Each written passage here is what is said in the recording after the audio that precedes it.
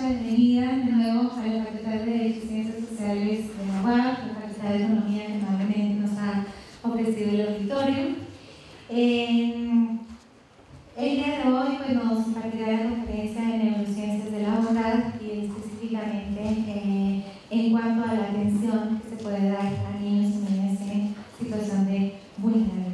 Nos acompañan aquí en el podio la doctora Brenda Rosales Báez, nuestra coordinadora de la licenciatura en Criminología de la Benemérita Universidad Autónoma de Puebla. Nos acompaña la maestra Selenita Méndez Holguín, directora de Ecología de la Salud del Sistema Estatal DIF. Muchas gracias a todos ustedes por acompañarnos el día de hoy. Primero daré la palabra a la doctora Brenda Rosales, coordinadora de nuestra licenciatura, para darle la bienvenida al evento. Posteriormente presentaré a la doctora Concha para dar inicio a la conferencia. Sin duda, su vasta experiencia nos permitirá conocer en esta tarde sus líneas de investigación y elementos tan importantes que van a enriquecer nuestro conocimiento. Como bien comento, sean todos bienvenidos y agradezco a la doctora Luz Ángela, quien fue principalmente quien ayudó a organizar y hacer la gestión para este importante evento, quien actualmente funge también como nuestra presidenta de la licenciatura en Criminología, la presidenta de Academia, y pues también es un honor y agradezco la presencia de la maestra Selenita Méndez Holguín, que es la directora de Ecología de la Salud del Sistema Estatal de Desarrollo Integral de la Familia. Y pues sean todos bienvenidos. Muchas gracias. Antes de dar inicio, quiero mencionar que la conferencia fue organizada por varias instituciones, como no puede ser de otra manera, en un modelo inclusivo como es este: el Instituto de Ciencias Sociales y Humanidades, Alfonso Vélez Pliego, la Facultad de Derecho y Ciencias Sociales, el Instituto de Estudios Contemplativos, la Red Paddy Mandy, la Fundación Green Carson y la Fundación WAP.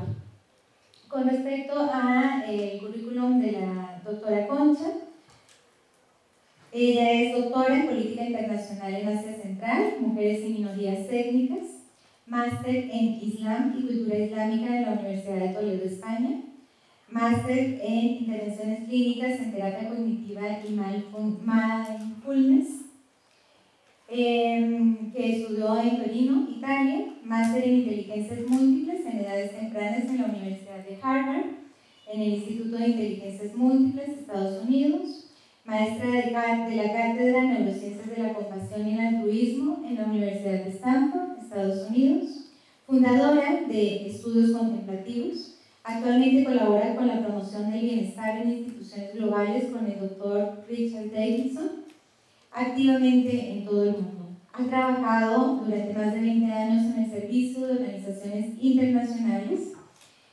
en reuniones de paz de Corea, Tíbet, Birmania, Sri Lanka. Ha sido distinguida con muchos premios UNESCO para la protección de los niños en Europa, Premio Eros de los Derechos Humanos en Europa por la Unión Europea, distinguida como relator de derechos humanos y políticos en países como Afganistán, Irak, Palestina, Israel, en áreas de protección de derechos humanos de mujeres, niños y niñas, trabajando por el proceso de paz y la reconciliación. Ha sido catedrática en Barcelona, Madrid, Veracruz, México, Lisboa, Seúl, Kathmandú, Torino, profesora investigadora invitada en neurociencias, inteligencias y áreas de aplicación e intervención social. Directora y fundadora de 2 másters en la Universidad de Camilo José Cela de Madrid y directora del máster de psicoterapia contemplativa de Nalanda en Europa y América del Sur. Sin más preámbulos, les cedo la palabra a la doctora Concha. Muchas gracias por estar aquí. El título de la conferencia es Neurociencia de la Bondad. Las neurociencias son unas ciencias que abren marco fenomenológico y dentro de la neurociencia el apartado de cognición y social y dentro de ella la instrucción de la bondad. Vamos a articular las ciencias del bienestar divididas en 3 áreas. Los temas de la conferencia que quiero tratar son los 4 mayores hechos que han cambiado la neurociencia en relación con la infancia, cuáles son los componentes del bienestar en el trabajo que Davidson y yo hacemos en todo el mundo, y voy a presentaros en concreto 2 de nuestros programas. Aproximadamente tenemos como 2 horas, voy a ocupar unos 60-70 minutos y dejaros tiempo para las preguntas al final, que podamos compartir todas aquellas dudas que tengamos. Pues dicho esto, quisiera pedir a los que asisten en la sala, levanten la mano, por favor, todos aquellos que trabajan con infancia. Levanten la mano todos aquellos que trabajan con la infancia en situación de riesgo o trauma. Muy bien. Es bastante. Gracias. Creo que estoy en el teatro apropiado. Adelante, empezamos. La cuestión que nos hacemos nosotros cuando observamos qué es la condición humana es qué relación guarda la condición humana con todos los hechos que están pasando en el planeta. El bienestar en el siglo XX, más o menos desde una perspectiva política y desde una perspectiva de las ciencias sociales, tenían que ver con la adquisición de bienes, con tener trabajo, con tener educación, con tener una casa.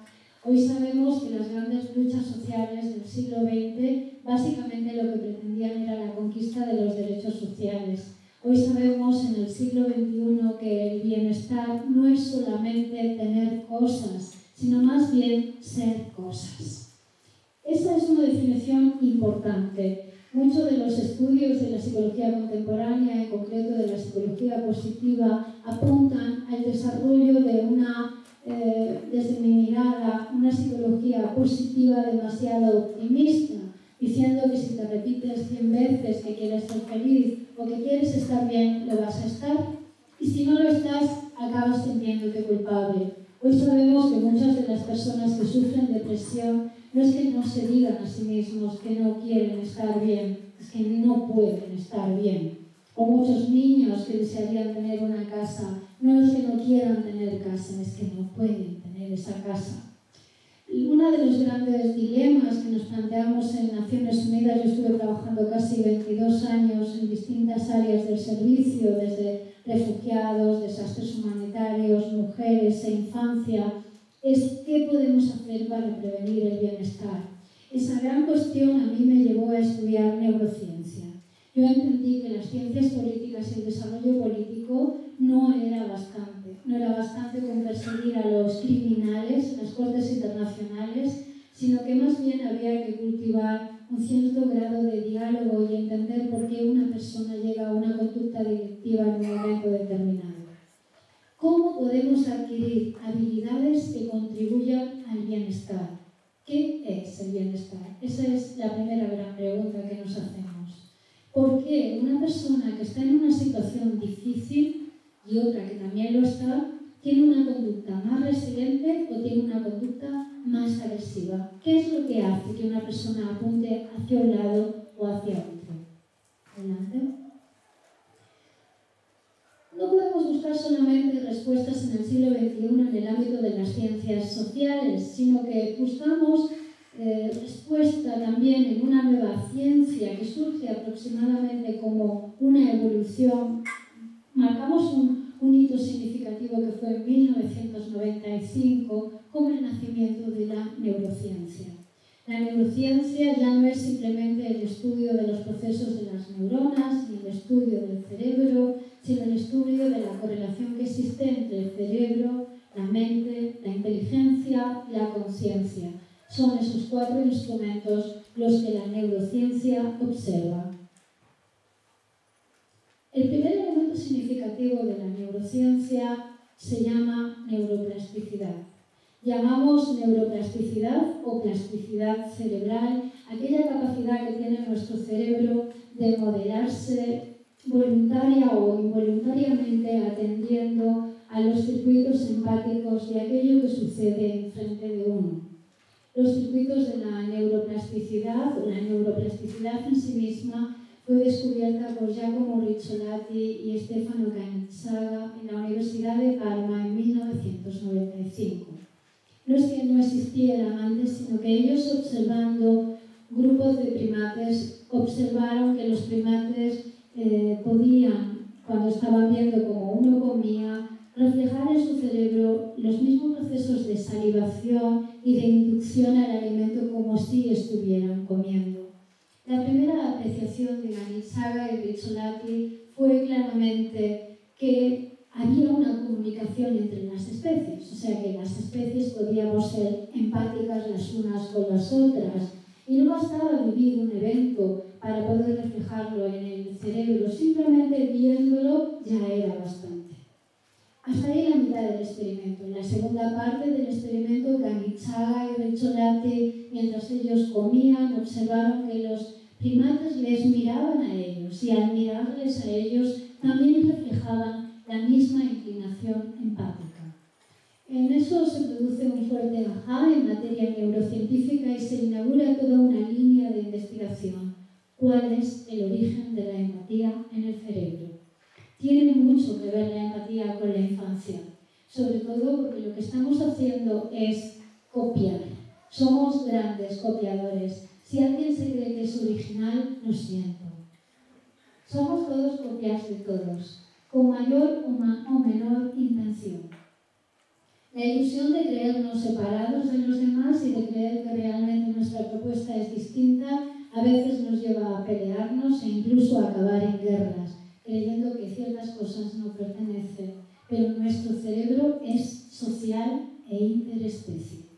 Todo lo que está pasando en las especies en este planeta se refleja en el cerebro.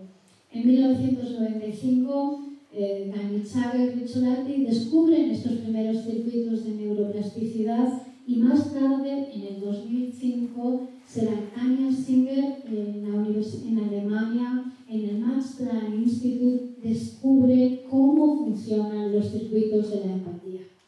Habían pasado tan solo 10 años. Estamos en qué año? En el 2019. Si tenemos en cuenta que esto pasó en 1995, es prácticamente nada, está a la vuelta de la esquina. El salto que ha pasado la ciencia con este gran descubrimiento ha sido enorme. Hoy sabemos que la empatía es la base de las relaciones y de las habilidades prosociales. Sabemos en materia de trauma que el trauma se transfiere mediante la activación o no de la conducta prosocial empática. Entonces, el primer hecho significativo es que tenemos que estar al día de qué es la neuroplasticidad, cuáles son sus leyes. La neuroplasticidad tiene 12 grandes leyes, tan importantes como serían las leyes de la gravedad en su momento, y hace que nuestras relaciones vayan en un sentido o en otro. Cuando hablamos de la neuroplasticidad entre especies, no hablamos solamente entre humanos y animales. En el 2012, Stefano Mancuso demuestra la neuroplasticidad en el reino vegetal. ¿Qué quiere decir? Que las plantas y los árboles tienen sistemas de comunicación y sistemas de emoción, incluso más sofisticados que los de los humanos. Lo siento, no somos el centro del universo. Las plantas y los árboles son capaces de sentir en sus emociones primarias hasta 11 grandes emociones, mientras que los humanos solamente sentimos en nuestra parte primaria entre 7 y 9 emociones. De alguna manera, el comportamiento de la neuroplasticidad vegetal es mucho más complejo y rico de lo que es la condición humana. Imaginaros que os pongo una cuestión. ¿Qué incidencia puede tener, por ejemplo, la pérdida de los árboles o el cambio climático en la neuroplasticidad cerebral? Mucha. Nuestro cerebro se constituye primordialmente de oxígeno. Que yo sepa, lo que más oxígeno producen son las plantas. Las plantas que viven fuera del agua y que viven debajo del agua, el plancton. Quiero invitaros a pensar como todos los grandes eventos que están sucediendo en este momento en el planeta, como el vertido de plásticos masivos y la ingestión de los peces de ese plástico, no solo en la cadena alimenticia, sino en la falta de oxígeno, incide en áreas de nuestro cerebro. Incide también en los niños. Luego voy a hablar más, por ejemplo, de qué pasa cuando existe una tragedia como una guerra y cómo intergeneracionalmente las bombas que se han lanzado en esos países inciden en la plasticidad cerebral de los sujetos hasta 5 generaciones. Entonces, la buena noticia es que somos tremendamente neuroplásticos. La mala noticia es que si no nos cuidamos de todas las especies que viven en el planeta, nuestro cerebro va a acabar peor del plancton del Pacífico. La segunda gran hecho significativo en neurociencia tiene que ver, se llama epigenética, y epigenética tiene que ver con el estudio de los genes, cómo se comportan los genes y cómo los genes son capaces de ser regulados. Hasta la aparición de la neurociencia, nosotros creíamos básicamente que nacíamos con una cadena de ADN, con una cadena genética, y que esta cadena genética no podía ser modificada. Y es cierto, en cierto sentido, pero nuestras investigaciones nos hablan de que podemos regular la expresión de los genes. La regulación de la expresión de los genes la denominamos epigenética. Dicho de otra manera, imaginaros de nuevo el caso del gran desastre humanitario y de mujeres embarazadas que no les queda otra que parir a sus hijos después del atentado de Sri Lanka, por ejemplo. No importa si murieron sus familiares o no, ellas sintieron todo eso y toda esa carga emocional, el feto la ha vivido, como lo veremos más tarde. ¿Qué puede hacer una persona cuando vive unas circunstancias adversas que no puede cambiar? Puede deliberadamente cultivar la expresión de sus genes.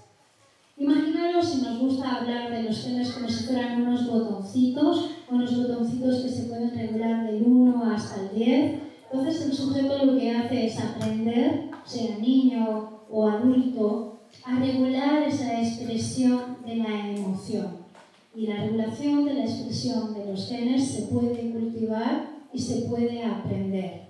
La regulación de esa expresión no solamente produce mayor calma, sino mayor resiliencia. Por lo tanto, la adquisición de la resiliencia, elemento fundamental, como veremos más tarde, en la recuperación del trauma, tiene que ver con este elemento, epigenética. Aquí está uno de nuestros trabajos, es la Facultad de Danza de la Universidad Veracruzana, donde hemos hecho algunos trabajos interesantes, y uno de los que hemos hecho ha sido enseñar a distintos miembros de las facultades a que empiecen a cultivar el bienestar con los estudiantes. En el fondo, no sé si lo veis, el doctor Davidson y yo hablando con los estudiantes sobre qué ha significado para ellos aprender el bienestar en las materias de las disciplinas artísticas y cómo les ha ayudado a superar traumas también con ellos mismos. ¿Qué tiene que ver la danza con la neurociencia? Tiene que ver con este tercer elemento. Este tercer elemento se llama neurogénesis. La palabra génesis os suena porque significa más o menos volver al principio de las cosas. Imaginaros que no tuvierais el potencial de regular la expresión de los genes, pero necesitaréis de alguna manera poder poner el contador a cero. La neurogénesis es la capacidad que tenemos después de haber vivido un evento traumático, del grado que sea, luego hablaremos de estrés, trauma, postrauma o trauma relacional, de volver a poder estar bien con uno mismo. Nuestras investigaciones nos dicen que el elemento fundamental de la neurogénesis son dos. Uno es el movimiento, y eso tiene que ver con la imagen que habéis visto antes, bailar. Creíamos hasta ahora que para cultivar el bienestar teníamos que comprarnos una imagen de Buda, acudir a las tiendas de incienso y ya era bastante. No. Es cierto que el cultivo del bienestar puede cambiar los circuitos del cerebro en ciertas áreas, cambia fundamentalmente la atención, pero sabemos que la meditación formal e informal tiene que ver con las estructuras del movimiento de la mente. Si marcamos cuál es la incidencia entre la meditación sentada y, por ejemplo, el baile, podemos observar que el baile produce mayor neurogénesis que la meditación. Por lo tanto, baile. Es un gran antidepresivo y además tiene la capacidad de producir neurogénesis mucho más rápido que, por ejemplo, la meditación. El cuarto elemento fundamental de esta gran corriente de la neurociencia cognitiva y social tiene que ver con lo que nosotros consideramos el elemento más disruptivo, la bondad innata. Cuando Davidson empezó sus investigaciones allá hace unas cuantas décadas, con 22 años en la Universidad de Harvard, aspiraba a licenciarse. Para ello decidió irse ahora mismo a la lastimada Sri Lanka y empezar el cultivo del bienestar con un primer retiro de Vipassana. Tanto le inspiró ese primer retiro que decidió, volviendo a Harvard, que su tesis iba a ser sobre la meditación y la correlación que existe entre la meditación y la psicología. Cuando llegó a su director de tesis y le dijo, ya sé lo que voy a estudiar, ¿qué vas a estudiar? La meditación. Le dijo, está bien, has abierto la puerta de salida de Harvard. Tienes una carrera brillante, escoge otro tema. Él tenía tan solo 22 años, hoy tiene 67, gracias a la tenacidad de él y de otros cuantos, por ejemplo, Daniel Goleman, Francisco Varela y un grupo de grandes científicos que empezaron a jugarse claramente sus posiciones y lo que le podríamos llamar nosotros en italiano le decimos la poltrona, el sitio seguro que uno tiene dentro de una academia por investigar. Lo que hicieron estos señores fue empezar a investigar hace aproximadamente 40 años con los instrumentos que tenían sobre cómo se produce la atención en el cerebro, cómo se produce la concentración. Lo que descubrieron fue muy poquito, porque casi no había máquinas para descubrir y para medir el efecto de la meditación, el efecto del yoga o de la calma. Pero gracias a su tenacidad, pudo en el 2005, es decir, hace nada, tardó casi 40 años en probar lo siguiente. Los seres humanos tenemos bondad innata. El experimento lo realizó aproximadamente con casi 1 millón de bebés. Yo este mediodía he ido a ver la biblioteca que tienen en la web. Felicidades, porque es un excelente proyecto. No sé si está aquí la responsable porque no llevo gafas, pero felicidades. Ha sido una visita súper inspiradora ver lo que están haciendo con los niños. La bondad innata la descubrimos observando a los bebés. Observando a los bebés, a un bebé no le puedes preguntar qué te pareció este test, porque no habla. Tampoco le podemos poner demasiados electrodos ni torturarles porque está en contra de los derechos humanos. Pero sí podemos hacer algo, como le decía la compañera, y es observar su mirada y observar los marcadores somáticos y a partir de ahí saber que el bebé tiene una preferencia innata hacia el juego cooperativo y por lo tanto una preferencia hacia la bondad. Y ustedes me dirán, si tiene el bebé una preferencia innata hacia la bondad, entonces ¿por qué hay personas que son malas cuando llegan a la edad adulta? Adelante.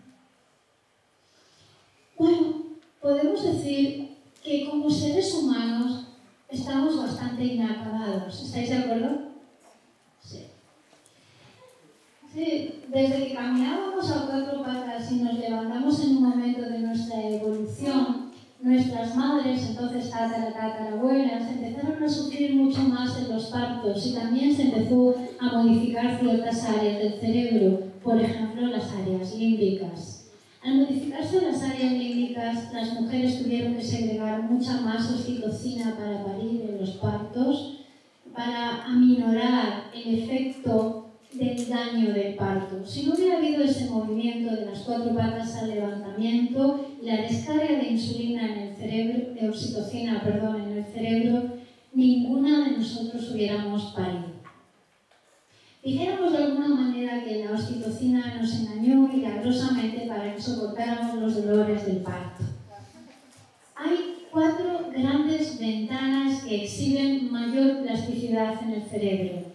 Y esto tiene que ver mucho con la vida de los seres humanos. También exhiben plasticidad, no en el cerebro, pero sí en sus circuitos otros animales. Por ejemplo, los delfines, los chimpancés, las medusas y hasta los pulpos. Son inteligentes. No somos los únicos seres inteligentes en este planeta. Si no, no hubiéramos hecho tantos desastres. A mí me gustan las cosas pequeñas y una de las grandes cosas pequeñas que he tenido la oportunidad de observar en la facultad Facultad de Stanford cuando estaba son los pequeños animales, por ejemplo, las hormigas o las conchas marinas, y podemos observar cómo tienen un sistema de organización y de plasticidad grupal que es absolutamente inspirador, donde todo está organizado y donde tienen cuerpos que si a alguna le pasa algo, los demás acuden rápidamente. Podemos decir entonces que la plasticidad cerebral ya sabemos que tiene que ver con la empatía y en humanos resguarda a 4 grandes momentos. El primer momento tiene que ver con el embarazo. Adelante. ¿Qué es el embarazo y cuándo empieza la vida? Decía Francesco Varela, no morimos, simplemente estamos más o menos con el cuerpo presente en la existencia. Le llamaba estar de cuerpo presente. Hasta hace poco no podíamos medir lo que pasaba en los fetos durante el periodo de gestación porque no teníamos instrumentos. Pero desde hace aproximadamente entre 5 o 6 años podemos claramente observar qué pasa en la evolución de la vida y cuándo nacen los circuitos que son claves para el cerebro. Sabemos que los circuitos claves para la felicidad de los sujetos nacen antes de las 16 primeras semanas. Por lo tanto, lo que vive una mujer en las 16 primeras semanas del embarazo será responsable del bienestar en el futuro.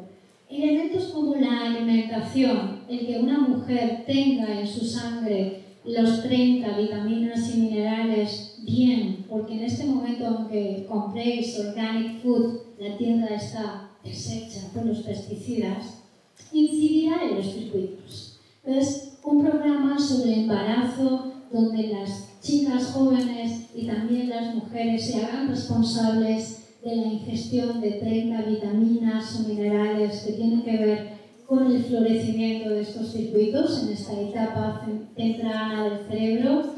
También sabemos que inciden elementos como el oxígeno, la contaminación, el agua, la calidad, y todo ello tiene que ver con cómo son los circuitos en el embarazo de nuestra mamá. Dicho de alguna manera, nuestra tendencia para la felicidad es el resultado de cómo nuestra madre se sintió, comió, bebió y se alimentó en las 16 primeras semanas de vida de nuestra gestación.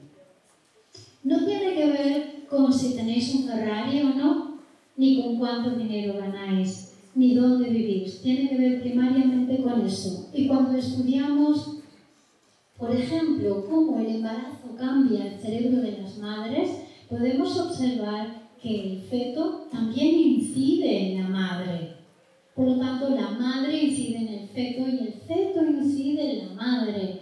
Incide en las hormonas, incide en las emociones. No podemos decir que el feto siente en el sentido sentir que luego más tarde tendremos como adultos, pero sí percibe y puede crear marcadores somáticos en el cerebro de la madre suficientemente significativos como para darle importancia a ese periodo. Aquí tenéis un gráfico más o menos, quizás os suena, pero por si acaso a los 40 días, a los 50 días, a los 100 días, ya empiezan los circuitos a los 5 meses, a los 6, a los 7, a los 8, a los 9. Es decir, en el tercer trimestre, cuando normalmente nosotros le prestamos atención al embarazo, es demasiado tarde. Ya están creados los primeros circuitos que tienen que ver con la mielinina, la atención y por lo tanto el bienestar.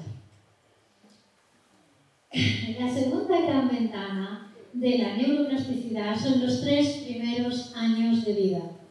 Imagínate que ya has nacido con mayor o menor suerte y más o menos tienes cuidadores primarios. Ojalá que te cuenten cuentos como a mí me ha contado la compañera este mediodía y que te acunen. Pero imagínate que no. ¿Qué es lo que pasa? Hoy la neurociencia puede medir, más o menos con ese gorrito que habéis visto en el bebé anterior, hasta los bebés de 6 meses y podemos hacer una evolución esto os interesa mucho a todos los que estáis en conducta criminal, una evolución alzada, lo que llamamos un diseño humano, y predecir cuál es su tendencia futura. No solamente en materia académica, sino también en materia delictiva. Este es un instrumento súper fuerte que hay que usarlo con muchísimo cariño porque podría dar lugar al sesgo cognitivo. Es decir, me vais a preguntar, Concha, ¿en serio estás diciendo que a los 6 meses de vida se puede coger a un bebé, medirle durante unas horas determinadas y hacer un plano alzado de sus tendencias delictivas y de sus tendencias emocionales? La respuesta es sí. Si eso se va a cumplir, la respuesta es no. Pero es bastante probable que se cumpla si no hacemos nada. Uno de los hechos más significativos es que si nosotros no ponemos atención a esos niños, donde los primeros años de vida y no le cultivamos cambios significativos antes de los 8 años, no solamente pueden tener mayores o menores tendencias delictivas, sino que podemos observar, por ejemplo, cómo están los circuitos de la atención, cómo están los circuitos de la concentración, y podemos predecir cómo de buenos pueden ser ciertas áreas, desde las matemáticas a la música. Otro ejemplo importante sería cómo podemos usar este instrumento en manos de los jueces. No sé si en la sala hay algún juez o magistrado, pero sí que muchos de los jueces, por ejemplo en Estados Unidos, ahora antes de dar la libertad condicional, lo que están pidiendo es esta prueba justamente para ver una tendencia de cuál puede ser la tendencia de si le dan la libertad, si puede reincidir o no puede reincidir. Es decir, os estoy poniendo en tela de juicio cómo la neurociencia y los marcadores que tenemos en materia de bienestar no solamente afectan a la salud de los bebés, sino también podemos observar predicciones neuroevolutivas muy interesantes. Lo que llamamos todo la neuroimagen es un instrumento muy potente, así que ninguna de las facultades, ninguna de las universidades que se precie en este momento pueden ignorar lo que ya sabemos de la neurociencia en esta materia y ponerle mucha más atención. Quisiera hablar de un elemento consustancial también muy importante de la infancia y tiene que ver con nuestros últimos estudios en materia de pobreza. Sabemos que los niños que sufren de pobreza, y la pobreza no es simplemente una falta de alimentación, sino que puede ser una pobreza psicoafectiva, una pobreza emocional, una pobreza en los estímulos, tienen más tendencia al trauma y tienen más tendencia a ser victimizados o a sufrir situaciones de abuso que los otros. Por lo tanto, podemos vincular claramente la observación de la pobreza en el cerebro como un predictor de la criminalidad y también de conductas de abuso, ciertamente. La pobreza no es simplemente ser sencillo, sino más bien es no tener condiciones de bienestar. Y de nuevo nos lleva la palabra bienestar, bienestar emocional, ser capaz de regular nuestras emociones. Este es un cerebro de bebé y podemos ver a la medida que crece el cerebro de bebé ciertas áreas que se pueden cultivar más. Por ejemplo, la nutrición o la falta de apego o la falta de agua, como incide en el cerebro, o la falta de memoria o la falta de cariño. Es decir, que lo que nosotros somos desde ser bebés a convertirnos en adolescentes es fruto no solamente de nuestros padres, sino de cualquier cuidador primario que estuvo con nosotros en esos primeros 3 años de vida. Imaginaros que vosotros tenéis un hijo o una hija maravillosa a la que queréis muchísimo y un día la dejáis en la escuela y ese cuidador o cuidadora no quiere tanto el trabajo como parece. Puede crear impactos traumáticos sobre el síndrome de abandono en el cerebro de ese niño. No necesita estar con él toda la vida, necesita simplemente haber ejecutado un impacto suficiente para que se grabe en la memoria implícita que luego se replicará. Los bebés son los seres más inteligentes inteligentes que existen. Después de bebés nos volvemos cada vez más tontos. En la etapa de los bebés, además, no tenemos lenguaje. No tenemos lenguaje verbal, nuestra capacidad de comprensión se significa a través de un lenguaje que es más la metacognición, es la capacidad de estudiar el rostro del otro, los movimientos y hacer predicciones sobre lo que el otro va a hacer.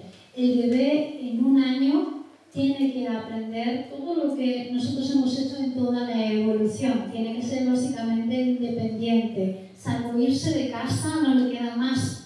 Es levantarse y hacer todo ese proceso.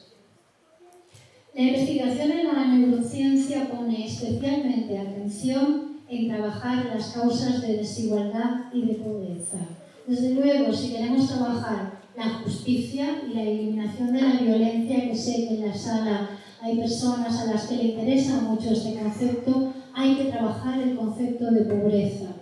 E insisto, la pobreza no es simplemente si nuestros hijos tienen leche o tienen pan, sino si tienen estímulos, si se sienten queridos, si se sienten acompañados y si tienen algo que nosotros denominamos en la investigación lenguaje común.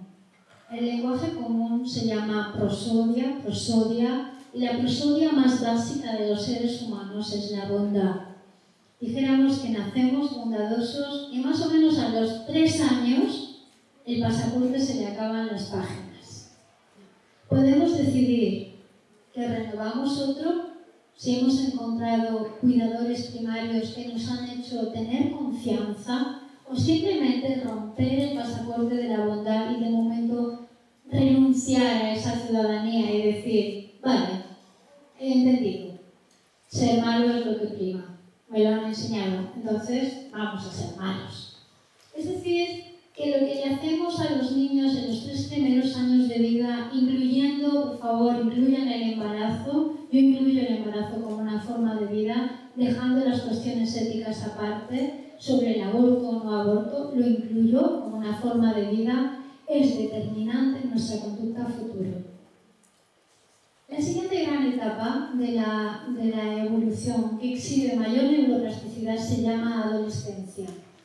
Por primera vez en la historia de la humanidad, la adolescencia parece crecer como una nube negra. Antes la adolescencia eran solamente 2 años, 4 años. Cuando llegábamos más o menos a los 12 años nos íbamos de nuestra casa para casarnos, abandonábamos la tribu, dependiente de qué religión o qué tradición teníamos, y hoy observamos 2 hechos significativos. El primero es que gracias a la dieta, a la MAC dieta, nuestros chicos tienen una adolescencia forzada a consecuencia de la ingestión de las hormonas, es decir, se convierten en preadolescentes antes, encontramos preadolescentes con 9 o 10 años, y no llegan hasta acabar la adolescencia cuando finaliza su neocórtex más o menos a los 21 años. Hay algunos adultos que no la acaban el neocórtex. Estoy hablando del periodo de la adolescencia más largo de la historia. Y eso es nuevo para los humanos. Entonces, normalmente nosotros sabíamos qué había que hacer. Hemos eliminado y construido un pasaje de transición nueva. Y eso ha creado mucha incertidumbre en nuestro cerebro y en nuestros adolescentes. El cerebro del adolescente tiene varias cosas. Primero es que tiene un córtex prefrontal inmaduro, después es que tiene cantidad de hormonas y una gran afectación de las áreas límbicas. Dicho de otro modo, es una tormenta cerebral ingobernable. Yo no sé a cuántos adolescentes habéis sobrevivido, yo a 4 de mis hijos. Y es lo más duro, es como 4 tesis. Realmente son tremendos. O sea, si hay un botón que tengan que tocar, pues se los van a tocar todos. Es el trabajo del adolescente cuestionar al adulto. Y es muy saludable que nos cuestionen, que se vayan de casa y que hagan cosas dentro de lo que se considera la normalidad para construir su propia identidad. Pero ¿qué pasa con el cerebro del adolescente? Que es tan neuroplástico como era el bebé, cargado de hormonas y además en un contexto donde hay muchísimos estímulos. es normal que el adolescente no pueda controlarse y no puede, no sabe regular. La mayoría de los delitos y la mayoría de nuestros desastres psicoafectivos se inician en este periodo de la vida. Se inician y cogen caminos un poco tortuosos que luego nos cuesta reconducirlos. Si observamos la neuroplasticidad cerebral en los adolescentes, como habíamos visto en los bebés, vemos que las áreas fundamentales aquí son las áreas límbicas disparando hacia los impulsos y disparando hacia el neocórtex.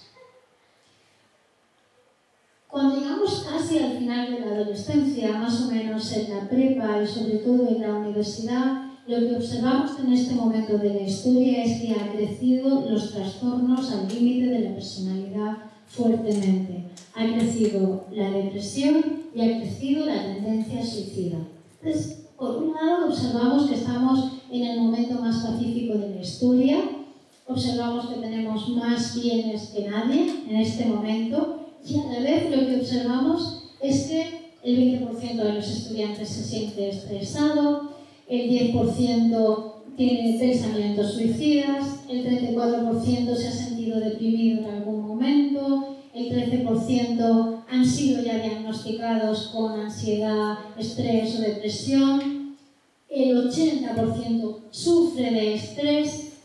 Y en el primer año de carrera y en el primer año de la preparatoria van a sufrir un suceso que tiene que ver con la salud mental. Las fuentes son American Psychology del año pasado. Eso a mí como profesional me da una gran responsabilidad y decir qué rol juegan las universidades y qué podemos hacer para cultivar la salud mental de las personas y de los profesores que vivimos en ella. Es la adolescencia más larga de la historia.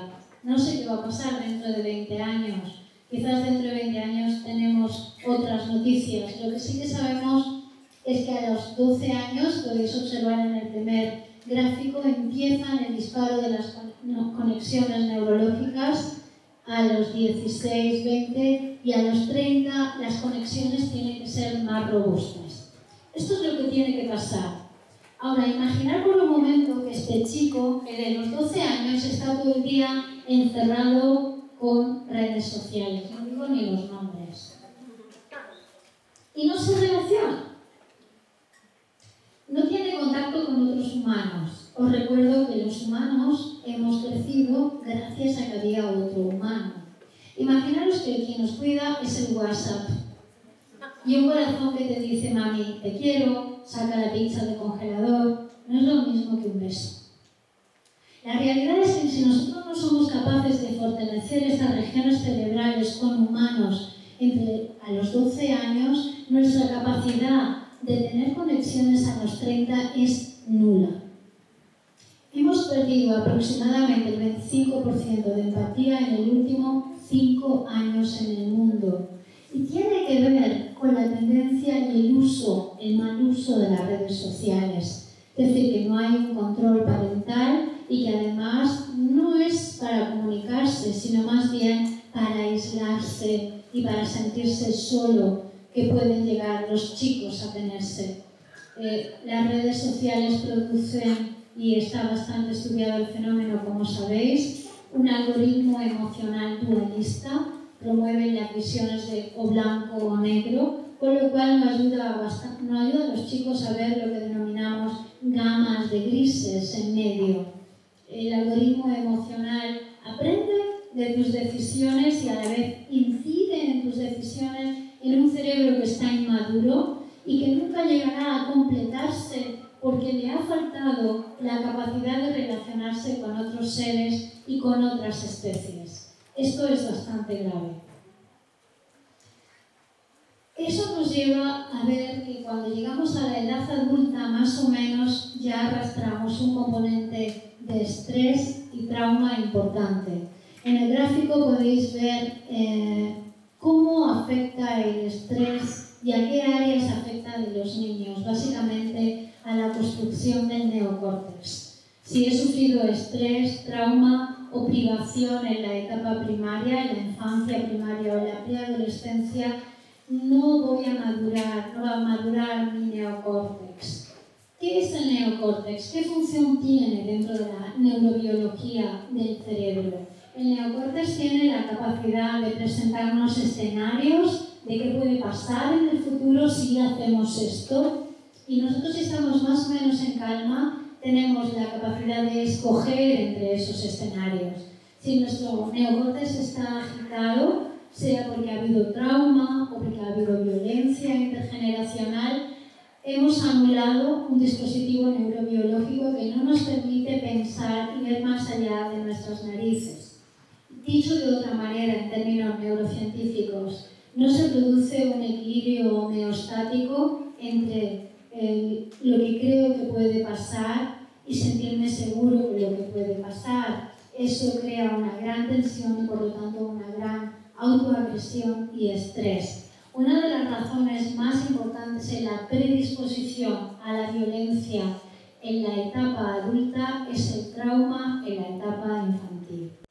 El otro día cuando estuve aquí me tocó justo después de la compañera, ¿no?, hablando sobre el trauma. Yo sé que estáis trabajando mucho en criminología sobre eso y pongo atención sobre que sigáis haciéndolo porque es muy importante trabajar en la prevención del trauma.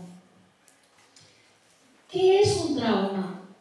¿Existe un trauma? Podemos denominar que un trauma es un suceso que no estaba previsto dentro de nuestra estructura y cuando ese suceso que no estaba previsto amenaza nuestro sistema neurobiológico, hace que se activen una respuesta de emoción y de memoria que puede ser implícito y explícito y que tengamos que responder.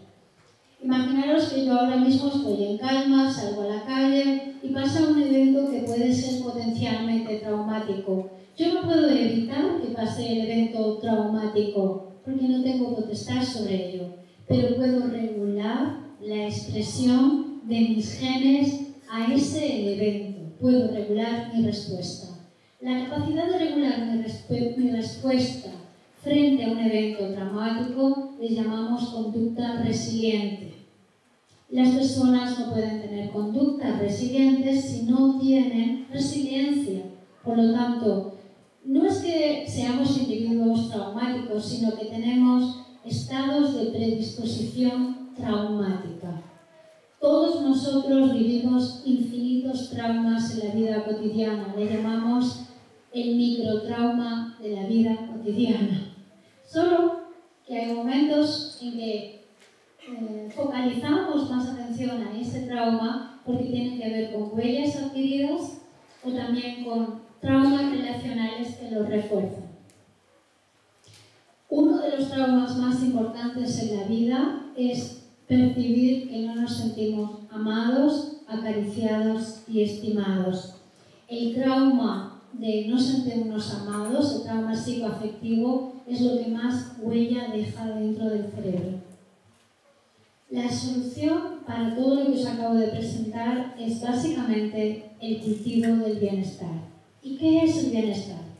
El bienestar se compone de 186 factores, se articulan básicamente en 4 grandes columnas que son las que voy a presentar ahora mismo.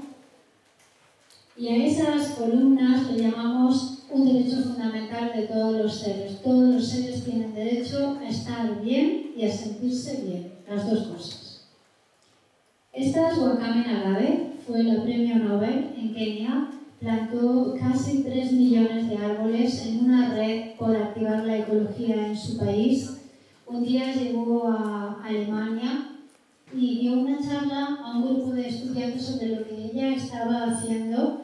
Wahkame Nagabe inspiró a un niño de tan solo 10 años que él, en sus ganas de imitarla en neuroplasticidad, empezó a establecer redes de plantar árboles y en tan solo 5 años ese niño había plantado 10 millones de árboles. Primer componente del bienestar. Dime con quién te juntas y te diré quién eres. Nosotros no somos seres aislados, somos parte de un cerebro social. Y nuestro primer componente tiene que ver con la conciencia de que somos eso. Somos la regulación de la presencia y de la atención de todo lo que pasa. Si ponemos atención a plantar árboles y le ponemos motivación y realmente somos sinceros, eso nos puede llevar a tener una conducta altruista. Si ponemos atención a portarnos mal, entre comillas, pues nos puede llevar a tener una conducta negativa. Donde pones la atención, pones la intención. Primera regla del bienestar. Esto es una torre humana, es Barcelona. Las torres humanas no tienen cemento, son seres humanos que llegan a levantar hasta 11 pisos, alzándose los unos a los otros, y nunca hay accidentes. ¿En qué se basa ese producto de la ingeniería? En un segundo componente, que es la conexión. Los seres humanos crecemos y nos desarrollamos a través de que nos conectamos los unos a los otros. La conexión es la capacidad de mantener un positive outlook, pase lo que pase, una mirada positiva. Donde pones la atención, pones la intención. Y donde pones la intención, pones la conciencia y la conexión. Es decir, en la vida los chicos van a tener episodios donde van a sentirse ultrajados y sentirse amados. Si les educamos para que pongan atención al sentirse amados, la capacidad de los circuitos neuronales altruistas crece. Si les educamos sobre la potencialidad de sentirse ultrajados y victimizados, crecerán esos circuitos.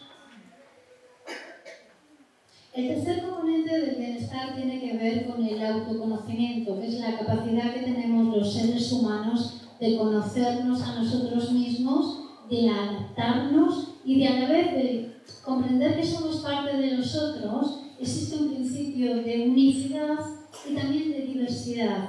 Yo soy yo y mis circunstancias, decía Ortega y Gasset, un filósofo español. Entonces, esa capacidad de reconocerme a mí mismo, en inglés la llamamos insight, que es la capacidad de saber qué pasa, cómo pasa y cómo me siento.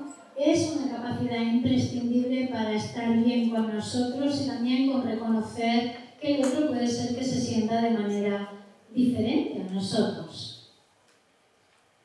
El cuarto y último componente del bienestar tiene que ver con el propósito, y sabemos, por ejemplo, en los estudios longitudinales de edad avanzada, que las personas que más viven son las que tienen un propósito en la vida.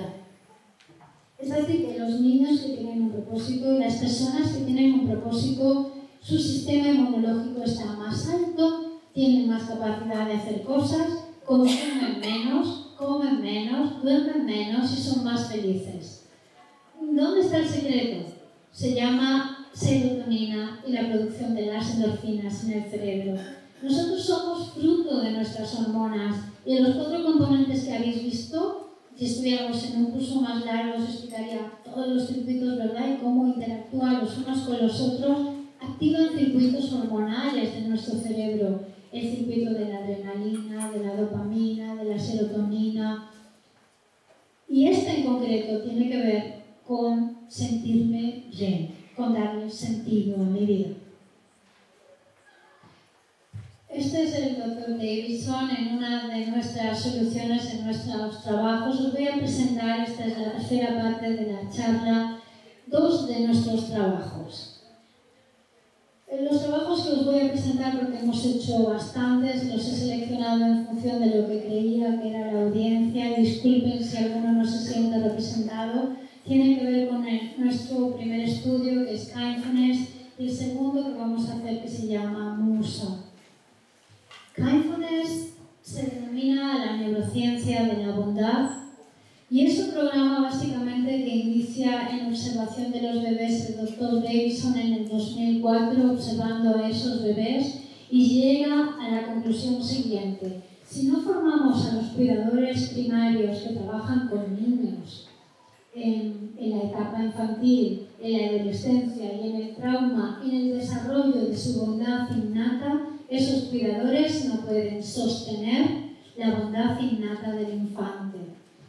No tenemos que enseñarle a los niños bondad, más bien son ellos que nos las enseñan a nosotros. sino que tenemos que estar suficientemente disponibles para no perder la nuestra. Dicho de otra manera, cultivar la bondad es como si fuera un gimnasio. La bondad es la base del cerebro y además es un músculo que mueve distintas áreas del cerebro que tienen que ver con el altruismo. El hecho de que no cultivemos la bondad nosotros hace que los niños no pongan interés en cultivarla. Por lo tanto, para desarrollar la bondad de la infancia y prevenir la conducta criminal y el trauma, el cuidador primario tiene que cultivar su propia bondad.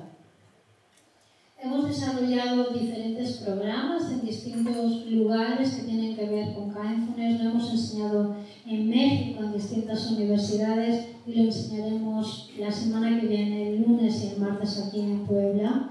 Básicamente, Kindfulness lo hemos probado en distintas instituciones que tienen que ver con la infancia y nos han dado resultados muy buenos. No tengo ningún problema en compartir papers y trabajo. Kindfulness se fundamenta en enseñar a los cuidadores cómo hacerlo, en que estos puedan replicarlo en un currículum de 30 semanas en las distintas áreas: babies, bebés, infancia, adolescencia y trauma. Y creemos que es bastante importante que lo conozcáis y si os apetece, pues lo probéis. Si no nos formamos como profesionales, como padres, lo que vamos a ver es que la bondad va a ir en detrimento, por lo tanto es urgente que nosotros lo hagamos para que podamos seguir manteniendo el estándar básico. Hay 3 niveles en el currículum: enseñarlo, empezar a aplicarlo y que vosotros luego ustedes podáis replicarlo. Esas son las 3 áreas. Este es parte de nuestro último grupo, que está uno de los estudiantes de la Universidad de Jalapa. Creo que merece mucho la pena que le pongáis atención a la neurociencia del bienestar. Son muchos estudiantes en México que ya están trabajando en esa materia con resultados súper buenos. Quiero hablaros por último, en los minutos finales, y para dejaros tiempo a las preguntas, sobre este nuevo proyecto. Es un proyecto que se llama MUSA, como las musas que inspiran. Después de nuestro trabajo en la Universidad de Veracruzana y también en otros países, observamos 2 cosas significativas. Para prevenir el trauma había que generar más epigenética y más neurogénesis de los cuidadores primarios. Y nos planteamos hacer un estudio grande en toda Centroamérica, en estos países, en México, Estados Unidos, Cuba, Costa Rica y Panamá, que sea dirigido a 100 profesionales. Quizás algunos de ustedes están interesados, y si estáis interesados, por favor, lo decís.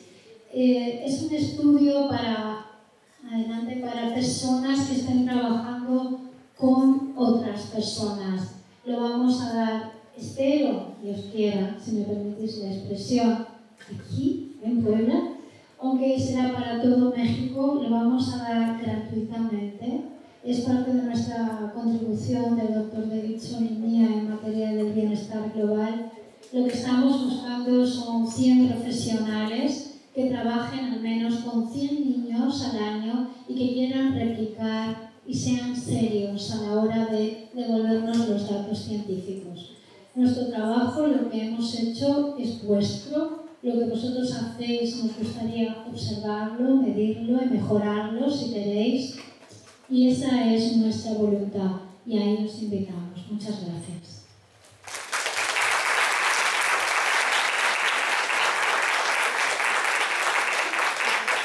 Entonces damos espacio para preguntas. ¿Usted hay un micrófono de acá? Dentro de la última parte que se mencionó,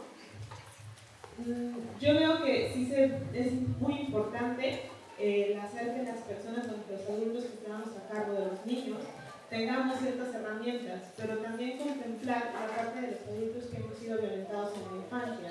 Porque, por ejemplo, yo en lo personal trabajo también con niños, no me interesa lo de la esposa, también trabajo con niños, pero a mí me ha costado muchísimo trabajo, a pesar de que voy a terapia y así, hacer cosas tan sencillas como servir un vaso de agua, que pues, es algo totalmente normal. Me generaba mucho pavor, ¿no? A pesar de que ya no hay nadie que me pegue por tirarla.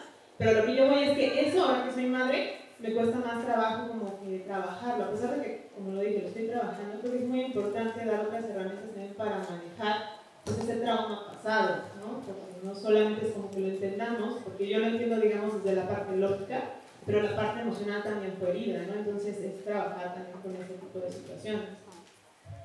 Gracias. Todo el niño está dentro, no es que el niño haya muerto.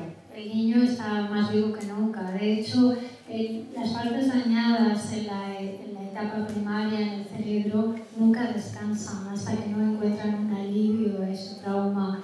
Muchas veces lo que encontramos son adultos heridos, no adultos que han dejado a su niño atrás, sino adultos heridos con ese niño muy fuerte que reclama.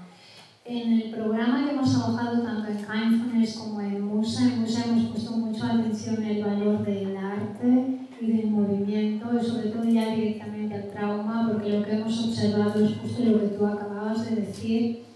Si nos planteábamos que los cuidadores primarios no tenían trauma, no conseguíamos el mismo resultado. Los circuitos que exhiben plasticidad en el cerebro, que tienen que ver con la atención, la compasión, el altruismo, la bondad, son diferentes.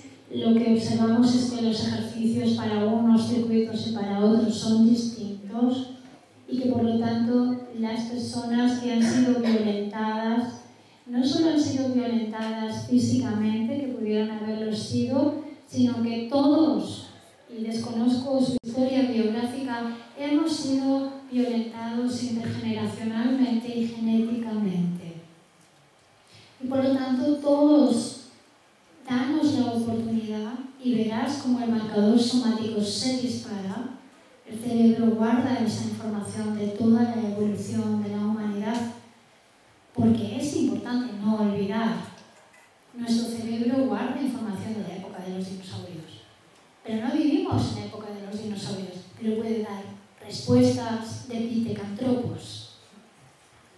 Eso es muy importante, conocer cómo funciona el cerebro, conocer cómo funciona la mente, cultivarla para no dejarnos llevar por nuestros impulsos, porque si no acabaríamos ojo por ojo y diente por diente, pero también darnos cuidado y cuidar el trauma interno y observar también que tú eres más que trauma. Está bien, eso pasó, pero eres más que eso. Entonces, observar en el niño no solo lo que pasó, sino todo lo que puede pasar. Es una gran posibilidad también. Tengo ¿qué diría? Pues no es mi problema, pero conocí a un chico en diciembre que desde antes, de hecho, conocía a la familia de la mujer, la mamá, desde que estaba embarazada. Fue, yo creo que un niño no deseado, porque ella misma, ¿verdad?, decía que molesto, que tuvo que dejar de trabajar por el niño, etc. Cuando el niño nace, se lo repartía a todo el mundo menos a ella para que lo cuidara. Me tocó observar en una ocasión que se le cayó la mamila se ensució y así se la regresó y se la dio. Dijo, para que haga anticuerpos. En épocas de frío el niño andaba con una playerita, así lo vestía, no lo tapaba, y siempre en todo momento manifestaba el repudio al niño. Ahora que empezó a crecer el niño, yo veo que sí empieza a darle cosas, lo llena de cosas, y hoy que él ya no es niño, que ya tiene 21 o 22 años, en diciembre me tocó ir a sacarlo de la cárcel porque el niño empezó a consumir drogas. Pero independientemente, en la adolescencia empezó a desarrollar una conducta como muy agresiva, violenta, y lo canalizaron al psiquiatra y al psicólogo. Lo están viendo actualmente el psicólogo y el psiquiatra. Con todo y todo, le digo, en diciembre, ¿verdad?, lo atrapan por consumir drogas, aparentemente, ya checándolo, en realidad es mínimo lo que él consume, pero el trauma que se le quedó todavía con ello fue la patiza que le dieron los policías. El mismo juez le preguntó que quién le había dejado la cara así. Él no quería decir porque ahí estaban los policías, y a la hora dijo, pues sí me la hicieron acá. El juez se portó humanamente muy bien, cosa que le dio confianza al menor. Y bueno, ahorita actualmente sigue todavía, ¿verdad?, en su juicio. ¿A qué voy? Tiene como 8 días, él se refugia mucho conmigo, tiene como 8 días que lo invité al parque ecológico, nos echamos allá casi todo el día platicando, Ese día, al inicio, cuando yo lo recibí en la mañana que me lo fueron a dejar sus papás, yo vi que había consumido algo porque arrastraba mucho las palabras y no precisamente era marihuana. Después caí que son el medicamento que le da el psiquiatra. En lo que estuvimos comiendo y todo aquello, le pude sacar y parece ser que sí hay un trauma sexual ahí. Dice que nadie lo sabe, pero que alguien por parte de su mamá lo hizo despertar muy tempranamente, dijo, su sexualidad. Así lo dijo. Yo entiendo que no fue ese el hecho, sino que alguien abusó de él, conociendo como conozco cómo fue su vida, de que nada más lo iban, lo tocaban por ahí, ¿no? Yo veo del niño que actualmente no tiene, ha caído muchísimo en depresión, publica en su Facebook precisamente que quiere morirse, publica con un arma, publica muchas cosas, ¿no? Ese día que pasé con él, yo le decía, está estudiando actualmente acá en la UAC, está estudiando comunicación, le decía todo lo bueno que tenía esa carrera y que todo ese sentir, le digo, quizás se ha compartido con otros jóvenes que se sienten igual que tú. ¿Te imaginas todo lo que tú pudieras hacer con esa carrera? Pues no le miento, terminamos de todo el día de 9 de la mañana que nos vimos a las 6 de la tarde. Yo podría decir que ese es un niño normal, porque ninguno comió muy bien cuando sus papás se quejan de que no come. Ese día comió muy bien el niño, vaya todo bien. Al otro día me habla su mamá y se volvió a drogar otra vez. Esa es mi preocupación. ¿Qué hacer si ya está yendo con el psicólogo y el psiquiatra? No es bastante lo que están haciendo por él. Una de las cosas que podemos desarrollar los profesionales es una palabra muy bonita y olvidada, empieza por H y se llama humildad. No somos Dios, no siempre podemos salvar a los pacientes, ni salvar a los estudiantes, ni hacer lo que nos gustaría. Tenemos que entender que las personas, los seres humanos, son constructos psicoafectivos, a veces muy dañados, y no siempre la terapia cognitiva o las estructuras clásicas dan resultados a estos multitraumas. En mi experiencia necesita otro tipo de abordaje, es obvio, porque está yendo a la recaída. No es que él no quiera salir, es que no puede, y es que no está encontrando profesionales que le ayuden. No significa que los profesionales sean malos, es que no tienen más recursos, entonces cada uno está haciendo lo que puede. Dicho de alguna manera, como en el chiste, la operación es un éxito, pero el paciente muere. Y eso nos está pasando no solo con tu chico, sino con muchos chicos. Los profesionales en las facultades de las universidades, en psicología, no estudian ni siquiera qué es la mente, ni mucho menos la conciencia, muy poco la neurociencia, no tienen disciplinas del bienestar. Y estamos viviendo no una epidemia, en castellano se llama pandemia, cuando la epidemia tiene dimensiones mundiales. Una pandemia no se alivia con aspirinas, se necesitan energía y poner instrumentos reales. En un minuto podemos cambiar la plasticidad que exhiben los circuitos del cerebro, en un minuto, pero no permanece. En 8 semanas podemos inferir ciertos cambios, pero no permanece. Necesitas a un profesional, prácticamente es el escuadrón de la muerte, que haya sido realmente bien entrenado en trauma, por eso este programa, y que trabaje un año completo, al menos 2 horas en semana, y que el chico haga al menos 20 minutos diarios. Aún así será difícil, pero la vida no es fácil. Entonces, hay que contar la verdad. La verdad es que si haces una terapia alternativa o vas a ver a un chamán o otras de las cosas maravillosas, es fantástico, pero el trauma es muy duro, es una bestia que vuelve una vez tras otra a la mente.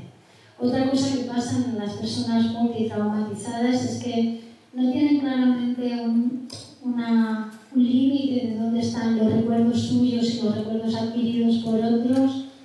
Eso lo vemos muchas veces en los interrogatorios, lo que se llaman las memorias falsas, y el cerebro no establece ninguna diferencia entre si pasó o no pasó. Y puede estar reviviendo y retraumatizando, y sabemos que no hay que preguntarle a las personas cuántas veces te han violado. Ni se te ocurra. Tenemos cantidad de instrumentos mediante la observación de la mirada, los marcadores somáticos en el cuerpo, las microexpresiones faciales, para determinar qué grado de abuso ha sufrido. Ok, diagnóstico, tenemos instrumentos. Tenemos instrumentos sobre cómo formar a profesionales para los problemas que tenemos hoy. No hace 20 años, hoy. Y está duro. Está duro saber que te matan estudiantes, está duro saber que tus padres te violan cuando te tendrían que haber protegido. Ok, vale. Pero ¿sabes que existe una posibilidad? Que podemos transformar esos individuos en individuos resilientes. Y además, para los profesionales es importante saber que no puedes nadar en la piscina del trauma sin tener un antibalas de tu propia práctica. No solamente cae el niño, sino que cae el profesional y la familia del profesional. El trauma se contagia. No se contagia de la misma manera, pero se ve lo que se llama trauma secundario, trauma primario, la revicarización del trauma, trauma adherido. Es muy interesante. Pues mi consejo es, si queréis ayudar, poneros el escudo. O sea, tenéis la obligación moral de saber que sabemos. Una, de ser humildes, de empezar a practicar y aún así saber que es un tema difícil, pero que le vamos a poner ganas. Gracias. ¿Cuál sería la propuesta desde esta perspectiva? Porque coincido con todo lo que dijo sobre la necesidad y la importancia de las cuestiones emocionales afectivas con los bebés, los niños, con los seres vivos en general, ¿no? Pero ¿cuál sería la propuesta ante una realidad donde la mayoría de las personas no tienen ni tiempo, que sería como una de las primeras cosas, tampoco recurso económico y por supuesto tampoco otro tipo de recursos más pues, afectivos, ¿no? Para reproducir este tipo de prácticas? Pero más que nada, por ejemplo, una madre embarazada que trabaja, ¿en qué momento se puede como incluir este tipo de situaciones o de qué manera estos recursos funcionan en una realidad donde lo que hay que satisfacer son las necesidades de comer, de dormir y los niños, pues sí, yo tampoco estoy de acuerdo con que el WhatsApp o las redes sociales sean la forma de entretenerlos o educarlos, pero ¿cuál sería la propuesta ante esta realidad? Muchas gracias por la cuestión. Yo he trabajado muchos años en zonas de conflictos, en zonas devastadas, donde no había nada que comer. Y, por ejemplo, ahora que pasó el temido incidente en Sri Lanka, me recuerdo, yo estuve en el tsunami en Sri Lanka y también en el Nargis en Birmania.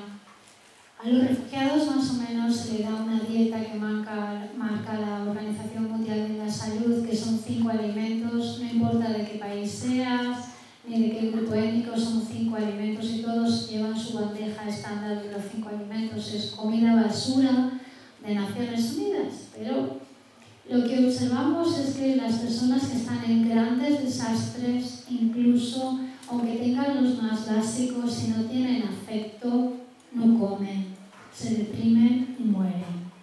Es decir, tener casa, tener educación y tener comida es importante, sin ninguna duda, pero nosotros vivimos de otro alimento y ese alimento se llama vínculo seguro. Quizás no he hablado suficientemente sobre la importancia del vínculo seguro y es una oportunidad para hacerlo. Bowley, en la terapia y la teoría del apego seguro, estableció 4 estilos de vínculo: el vínculo seguro, el vínculo ambivalente, el vínculo disociativo y el vínculo caótico. ¿Qué podemos hacer con esas personas y con las mamás y con todos en general en esta olla? Podemos cultivar el bienestar y saber que más o menos entre el 1 y el 5% de la población de una comunidad o del mundo que cultivara el bienestar podría crear un cambio significativo en efecto multiplicador del 20% en menos de un año. Lo vuelvo a repetir. Es decir, que si yo entrenara en entre el 1 y el 5% de los estudiantes de la UAP es un buen reto. En un año habría cambiado la masa del bienestar al 20%, habiendo entrenado solo entre el 1 y el 5%. Se llama la teoría de la masa crítica. Tú no necesitas que todos los sujetos hagan algo para que algo pase. No ha sido así la historia de la humanidad. Necesitas solamente entrenar a ciertos cerebros que se conviertan en alfas. Esos alfas contagian y multicontagian. Te he explicado que el trauma se contagia, pues entonces la solución también se contagia. Esa es la solución. ¿Qué sería más importante? ¿Que nosotros fomentemos el altruismo o fomentemos la resiliencia? Es una excelente pregunta. No sé si estabas desde el principio de la sala. ¿Estabas al principio? Claro que sí. Ok. El primer componente de las habilidades prosociales, recuerdas que es la empatía. Hay 11 eslabones antes de llegar al altruismo o a la compasión. Está la empatía, la amabilidad, la ternura, cuidarse de uno mismo, protegerse. Hay que empezar por las bases. No podemos aspirar a que una persona tenga una conducta altruista cuando no tiene para comer, cuando se siente inseguro. Entonces hay que empezar a evitar el tapiz del vínculo seguro desde la empatía. Después de la empatía, amabilidad. Amabilidad en latín quiere decir amar hábilmente. Es decir, no permitir las cosas que no, amar bien, ¿no? Podríamos decir, decían los clásicos. Después la ternura, la capacidad de entrar en contacto con los demás poco a poco. Los humanos hemos ido invirtiendo en nuestras relaciones. Hoy, por ejemplo, sabemos que aquellos individuos que exhiben mayor plasticidad de los circuitos en altruismo y que no saben regular el altruismo pueden sufrir burnout. Entonces, ser demasiado altruista puede ser un problema. Hay que enseñarle a las personas que existen 11 competencias y esas 11 competencias que tienen como base la bondad están para ser usadas, depende de las circunstancias. Es decir, a veces le tienes que decir a una persona no, y eso es ser amable, y a veces hay que abrazarla. Entonces, la capacidad de discernir y de regular nuestro comportamiento en relación a nuestro bienestar y a los demás forma parte de estas habilidades. No hay ninguna más importante que la otra, sino que están todas interconectadas, pero son diferentes. Si plantamos peras no podemos reconocer manzanas, entonces si plantamos atención no podemos recoger compasión. Si plantamos compasión y no plantamos altruismo o no plantamos cognición, puede haber un déficit. Si tenemos todas esas habilidades es porque las necesitamos, por lo tanto el ejercicio es no te falta nadie en la fiesta, ¿todos? Gracias, doctora. De nada. ¿Qué estrategias recomienda usted para difundir y crear una cultura de bondad y altruismo?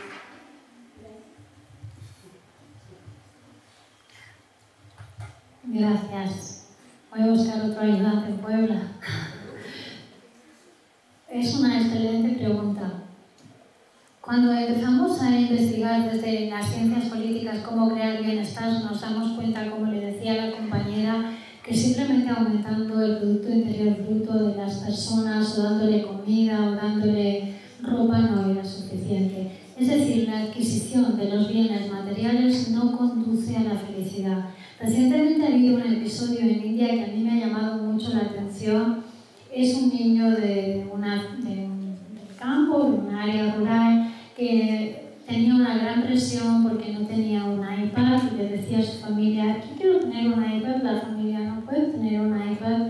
Un día el niño desapareció y vino 2 días más tarde con una herida en la espalda, había vendido un riñón para tener un iPad. Un año más tarde, porque la operación había estado mal hecha, el niño perdió el otro riñón y finalmente murió. Yo me planteo si realmente esa es la sociedad que queremos tener. ¿Es una sociedad donde la adquisición de los bienes materiales va a crear bienestar, lo que sabemos es que no. Cuando miramos los indicadores de bienestar y los de felicidad, observamos que son diferentes. A menudo nos venden que Finlandia es uno de los países donde su sistema educativo funciona mejor. Pero yo que viví muchos años en Escandinavia puedo decir que es uno de los países que mayor índices de suicidio y de alcoholismo tiene. Es verdad, no se matan los unos a los otros a tiros, pero se matan de otra forma. ¿Qué podemos hacer para cultivar la bondad? Primero, entender que ya es un instrumento científico, no es una cuestión religiosa, ni moral, ni filosófica. Hemos demostrado que la bondad forma parte del bien común. Por lo tanto, hay que enseñarla. Primera estrategia, enseñarla. Segundo, practicarla. Y tercero, aplicarla en áreas donde es absolutamente imprescindible por su ausencia. Y esas son las tres grandes áreas. Gracias por la cuestión. Hola, oye, ¿qué consejo nos das para esos niños que en su primera infancia esos cuidadores no le brindaron las herramientas suficientes o ese apego seguro que son los padres? Entonces, derivado de ello, llegan a una institución como es un DIF. Entonces, esos niños ya perdieron esa primera bondad que traían tal vez nata, por una violación, por un tipo de maltrato, sea cual sea. Y entonces llegan a una institución convirtiéndose, como hace rato decías, en malos, ¿no? Porque nadie me brindó otro concepto diferente de lo que es la vida o lo que es relacionarme con mis iguales o con las personas. Entonces llega a una institución y esos cuidadores también, derivado del mismo sistema, no les pueden seguir dando ese apego seguro porque son rotativos, porque a veces están, otras no, porque también no te permiten tener un cuidador para pocos grupos, ¿no? Sino es todo lo contrario. Entonces, ¿qué podemos hacer nosotros para tratar de ayudar a esos niños? Contribuyendo con un granito de arena y en ellos volviendo a sembrar la semilla de la bondad y en sus próximos años pues tengan una visión, un futuro diferente. Gracias por tu cuestión, porque se ve que eres una persona sensible y preocupada por la situación de la infancia. Lo primero que puedes hacer es darte bienestar a ti. Y cada vez que te viene ese sentimiento de indefensión, de no poder hacer más, aceptar que no puedes hacer más en un nivel, aceptar lo que no puedes cambiar y luchar por lo que puedes cambiar. Entonces hay dos niveles. Uno es aceptar las reglas y otra es crear nuevas reglas. Aceptar nuevas reglas es cultivar en ti mismo el bienestar y sentir cómo te sientes cuando a lo mejor te hubiera gustado seguir con ese niño y ya no puedes seguir más. Pero siempre puedes visualizar y mandar trabajo interno porque se ha creado la conexión con ese niño. Los seres humanos no estamos solamente conectados desde la presencia física, sino desde los vínculos psicoafectivos. Y como sabes, un vínculo psicoafectivo se crea en segundos, pero luego se tiene que mantener. Sabemos en los estudios, en los random control sobre trauma en orfelinatos, yo he trabajado mucho en campos de refugiados, pero mucho, y en niños de todo, niños soldados, niños que han sido, por ejemplo, obligados a violar y a matar a sus familias. En México ustedes no han llegado a eso todavía, pero yo lo he visto, Sierra Leona, Birmania, lo he visto. Nada de lo que me cuenten me es desconocido. Pero es cierto que en esos niños, justo donde hay un gran trauma, existe una gran posibilidad de revertir el trauma y crear un reverse de resiliencia. Uno, el cuidador primario, tiene que estar, de nuevo, como le decía la compañera, muy armado. No apegarse si va a estar poco o va a estar mucho, porque tú eres madre, tampoco sabes cuánto tiempo vivirás con tus hijos, ni si te morirás o se morirá el hijo. Esto nadie lo sabe. 1. 2. Intentar equipos de trabajo entre profesionales, donde crear más núcleos de trabajo y, si es posible, con amabilidad, incidir en las instituciones a que hagan cambios, sabiendo lo que sabemos. La institución es un barco pesado, está en manos de personas.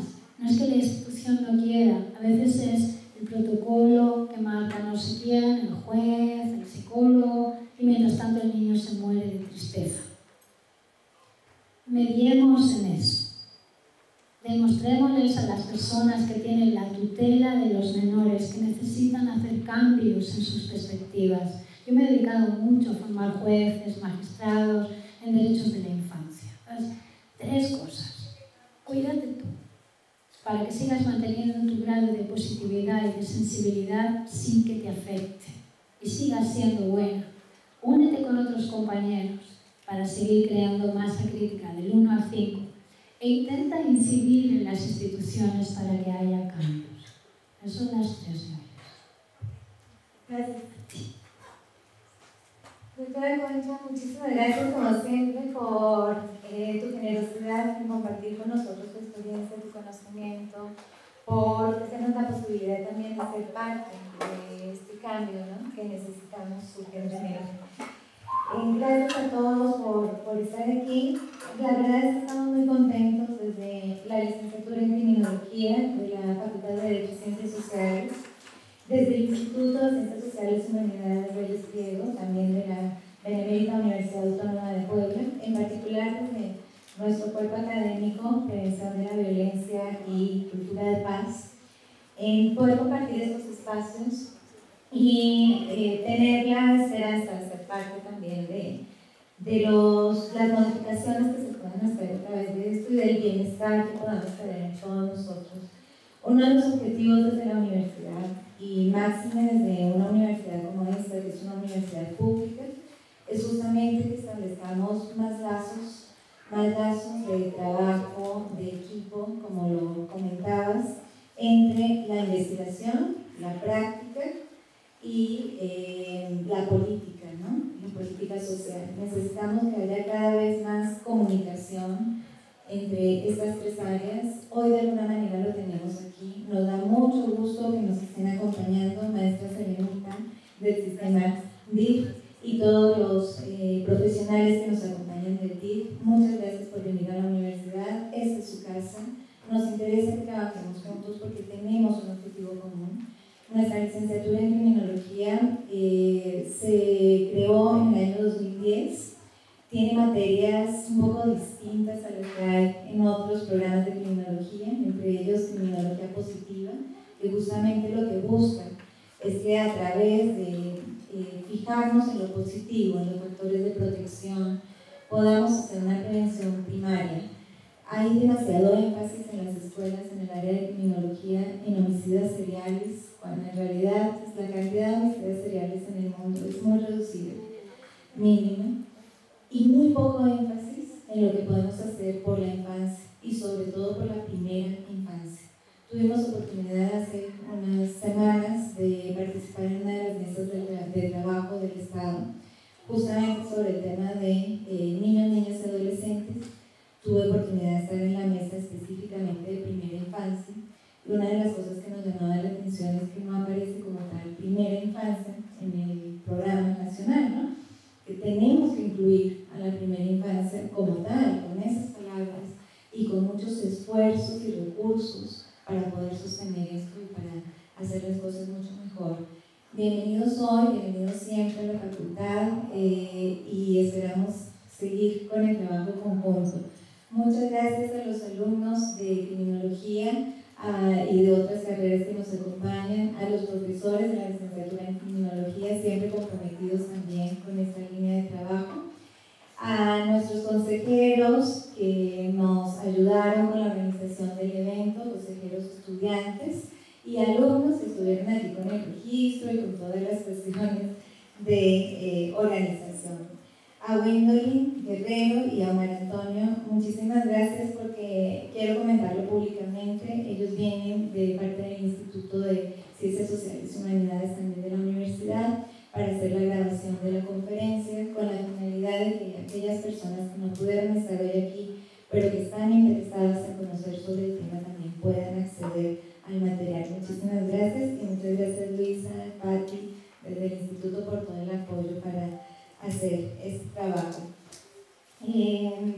no me queda más que añadir el agradecimiento a Vanessa y a Anaí de PADI y MADI, la red PADI y MADI. Son egresadas de la licenciatura en Criminología y fueron ellas quienes establecieron el contacto con la doctora Concha para que pudiera venir hace unas semanas a estar aquí. Tienen un proyecto muy interesante también en esta línea de protección a la infancia y pues, de trabajo en el desarrollo de la bondad. Muchas gracias a PADI y MADI y a las demás